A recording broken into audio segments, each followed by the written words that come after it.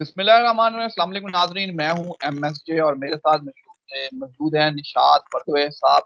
Sir कैसे हैं आप? ठीक हैं? खैरियत से हैं? महादेव की कृपा है भाई। बिल्कुल, जिस तरह हम इमरान खान की बात कर रहे हैं कि उन्हें छोड़ना पड़ेगा, तो मतलब आगे वाले हालात इमरान खान की फेवर में देख रहे हैं आप? इनको मैक्सिमम जून जून तक, क्योंकि मंगल के पोजीशन ठीक नहीं है। जून के बाद में मंगल जो है अगली राशि में चला जाएगा, तो इनको तोड़फोड़ के बाद छोड़ना पड़ेगा उसको। पाकिस्तान में मार्च के बाद हालात और बिगड़ेंगे, और जून से तो बहुत ही ज्यादा शदीद हालात होने वाले हैं। तो इनको झक मरा आपसे के जून पूछूं, के बाद तो छोड़ना ही पड़ेगा भाई। मार्च मार्च मार्च के बाद बड़े लोग भी बात कर रहे हैं, क्या पाकिस्तान की हुकूमत बदलने जा रही है या कोई बड़ा खिलाड़ी बदलेगा, या इस साल इलेक्शन के असरात नजर आते हैं आपको?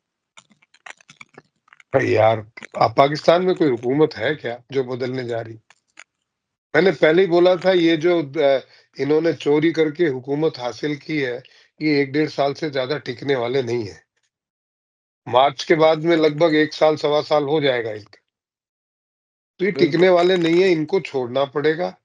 और इंतखाबात तो होंगे नहीं, लेकिन मार्शल लॉ आने की संभावनाएं ज्यादा बनती है। और पाकिस्तान में बड़े बलवे होने वाले हैं।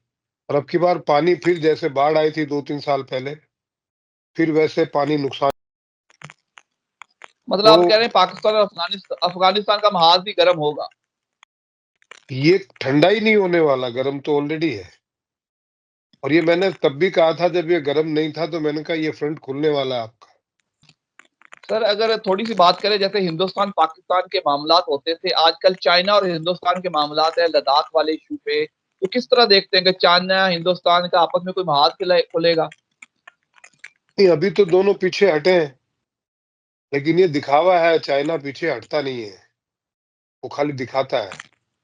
और जब अगले, अगर नश्तरियो अकरब के हवाले से मैं बात करूं, तो सितंबर के बाद में, सितंबर अक्टूबर के बाद में ये फिर फ्रंट खोलेगा, लेकिन डायरेक्टली नहीं खोलेगा। ये जो अब की बार जिस तरीके से कोरोना का अटैक हुआ था, उस तरीके से कुछ अटैक करने की कोशिश करेगा नॉर्थ ईस्ट में। और जो मिलिट्री के फ्रंट पे पाकिस्तान को आगे करेगा। पाकिस्तान जो है उसको, वो उसको बकरा बना के आगे करेगा, और पाकिस्तान का नुकसान होगा। जिस तरह आपने ये बात की, थोड़ी सी आपसे पूछ लूं, बांग्लादेश और इंडिया के भी मामला थोड़े से खराब है। बांग्लादेश और इंडिया के हालात को कैसे देखते हैं? हसीना वाजिद को इख्तियारी करार दिया, उनको वापसी मांग रहे हैं। नहीं, अब कि यूनुस को भागना पड़ेगा वहां से। मैंने ट्रूडो का कहा था, आपको याद है? लेकिन अब उसको, यूनुस को कौन बचाएगा?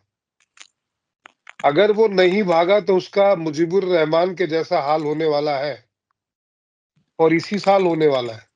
और अगले साल फरवरी में आप देखिएगा, बांग्लादेश के 2-3 टुकड़े हो जाएंगे। न चाइना बचा पाएगा, न अमेरिका। बिल्कुल, जिस तरह आप कह रहे हैं, बांग्लादेश में हालात बड़ी तेजी से तब्दील हुए हैं। शेख मुजीब को अपना वो बाबा कौम मानने की बजाय जनरल ज़िया को उन्होंने बाबा कौम मान लिया है। तो हालात बड़ी तेजी से बांग्लादेश के तब्दील हुए हैं। जो अपने बाप को मानने से इनकार कर दे, उस कौम का क्या करोगे आप? वो उसको मानने से इनकार कर दिया कि जी हम तो खुद ही बने हैं। अच्छा, उनकी कोई फौज है क्या? उन्होंने कोई जंगें लड़ी हैं? वो खाली मुंह से जो है, उनको मुंह का बवासीर है। वो खाली मुंह से बोलने से जंगें थोड़ी जीती जाती हैं। वो थोड़ा सा कुछ भी किया उसने, तो मैं आपको बोलता हूँ, भारत ऐसा जवाब देगा उसको कि कुछ बचेगा ही नहीं। चलें, जाते जाते आपसे, एक तरफ मिडिल ईस्ट का महाज गर्म है, दूसरी तरफ एशिया में चाइना, भारत का है, पाकिस्तान अफगानिस्तान है, उधर से बांग्लादेश है। तो कोई बड़ी जंगे तो नहीं शुरू हो रही? मिडिल ईस्ट एशिया सबको मिक्स करके कोई नई जंग? देखो, यूरोप का महाज भी गर्म है। अपने खित्ते में तो अपन देखें, तो अक्टूबर नवंबर में कुछ टेंशन हो सकती है भारत और पाकिस्तान के बीच में, चाइना की वजह से। ठीक है, लेकिन जहां तक जंग की बात है, तो वो मिडिल ईस्ट में मुझे छिड़ती हुई दिखाई दे रही है, ईरान वर्सेस इज़राइल और add on to Turkey and Egypt. मैंने कहा था 5 मुल्कों को खा जाएगा इज़राइल। बिल्कुल। उसमें मैंने लेबनान कहा था, फिलिस्तीन कहा था, सीरिया कहा था, इजिप्ट कहा था और एक ईरान कहा था। अब इजिप्ट बीच में कहीं था नहीं, उसकी इज़राइल के साथ ट्रीटी थी, अब उछलने लग गया। बिल्कुल। और मैंने ये भी कहा था कि अगर टर्की बीच में पड़ा तो टर्की को भी खाएगा। टर्की बड़ा अर्दोगान जो है वो ये सोच रहा है कि मैं खलीफा हूँ, मेरे पास ड्रोन है, मैं वो जो है तबाही मचा सकता हूँ। वो उसकी खुशफहमी है। अगर ये जंग में वो मसरूफ होता है तो टर्की का अब तक का सबसे बड़ा नुकसान होने वाला है। थोड़ी-सी बात कर लें दुनिया के हालात की। अमेरिका में आग लगी है, कैलिफोर्निया जल गया है। किस तरह देखते हैं आने वाले दिनों को? वहाँ पे भूकंप भी आ रहे हैं अमेरिका में। ये तो मैंने तुमको कई मरतबा कहा था कि भाई जो अमेरिका ने गंद फैलाई है दुनिया में, अब वो सारा खामियाजा इस साल उसको भुगतना है। आग भी लगेगी, जलजिले भी आएंगे, भूकंप भी आएंगे, अभी तो सुनामी आनी बाकी है। तूफान और सुनामी आनी बाकी है, पानी से तबाही होनी बाकी है। इकोनॉमी उनकी थोड़ी डाउन जाएगी, हालांकि इतनी नहीं जाएगी जितनी यूरोप की जाएगी, बट उनकी जाएगी इकोनॉमी भी डाउन, अंदर दंगे भी होंगे। अमेरिका में कभी जो है ये कम्युनल राइट्स नहीं हुए जो उसने कई देशों में, कई मुल्कों में करवाए हैं, अब की बार वो भी होंगे वहां पे। अमेरिका की कुल मिला के मुझे हालात कुछ इस साल अच्छे नजर आ नहीं रहे। मतलब आप कह रहे हैं 2025 अमेरिका के लिए अच्छा साल साबित नहीं होगा।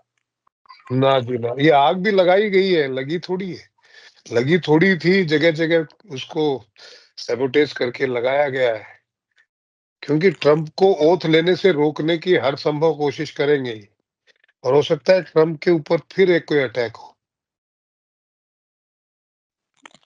जिस तरह आप कह रहे हैं ट्रंप के ऊपर फिर कोई अटैक हो, तो मतलब आप कह रहे हैं कि ट्रंप की जान को अभी खतरा है, वो हालात टले नहीं है ट्रंप के। ना, वो तो इस पूरे साल में ही नहीं टले हैं। कहीं ना कहीं अब वो प्रेसिडेंट बनने के बाद में भी उसके ऊपर कुछ ना कुछ कोशिश तो की जाएगी। अमेरिका में टेररिस्ट अटैक होंगे, जो टेररिस्ट बना बना के वो दूसरे मुल्कों में करवाता है। मैंने आपसे कई मर्तबा कहा था कि जो अमेरिका दुनिया में उसने गंद फैलाई है, वो सारी गंद उसके घर में अब की बार आपको दिखाई देगी।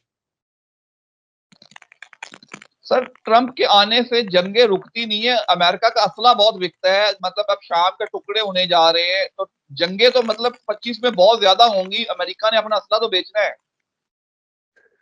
और दूसरा उसका कारोबार क्या है हाँ, दूसरा उसका भाई? कोई कारोबार नहीं। हाँ, तो फिर वो करेगा क्या? नहीं कारोबार करेगा तो भूखा मरेगा। अब नंगा बिल्कुल। नहाए क्या और निचोड़े क्या भाई? एक बात बिल्कुल। बताओ मुझे, जंगे तो खैर मोदी रुकवाएंगे, कई छोटे छोटे जो मुल्कों के बीच में जंग होने के आसार बनेंगे जिसे मोदी रुकवाएंगे, वो ट्रम्प से तो रुकती भी ना है। हाँ, ये है कि जो मेजर चाइना अभी उत्पात मचाने वाला था, वो चाइना का उत्पात जो है वो थोड़ा सा, ताइवान वाला जो फ्रंट खुलने वाला था वो नहीं खुलेगा। यूक्रेन की जंग रुकने के आसार हैं, लेकिन इजराइल, ईरान, तुर्की, क्योंकि मेनली जो अभी जंग होगी वो मिडिल ईस्ट में होगी, जंग का मैदान, और वो तो बनेगा साहब। ईरान का ये साल अच्छा नहीं है, यूके के लिए अच्छा अच्छा साल नहीं है। जर्मनी, यूके, ईरान, इनके लिए जंग के लिहाज से अच्छा नहीं है। नेचुरल कैलेमिटीज के हिसाब से जापान, फिलिस्तीन, इंडोनेशिया, पेरू, अमेरिका, कनाडा और यूरोप, चाइना, ये अच्छा नहीं है। पाकिस्तान के लिहाज से भी ये साल, इस 25, 26, 27 पाकिस्तान के लिहाज से बहुत ही वाहियात साल है। इनको हाथ जोड़ के मैं बोलता रहा, रहे इमरान खान को छोड़ दो, इमरान खान को छोड़ दो। अब इन्होंने ऐसे हालात पैदा कर लिए, छोड़ना भी पड़ेगा।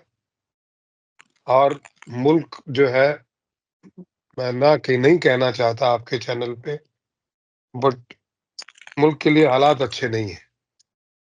चलिए sir, thank you so much, आपने टाइम निकाला एंड इंशाल्लाह फिर आपको ज़हमत देंगे, इमरान खान की जन्म कुंडली पे भी बात करेंगे। Thank you so much. And पे कोई मैसेज हो तो दीजिए।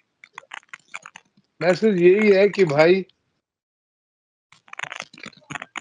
अब मैं कैसे कितनी बार बोलूं, इनके चक्करों में मत पड़ो, अपने मुल्क को बचा लो।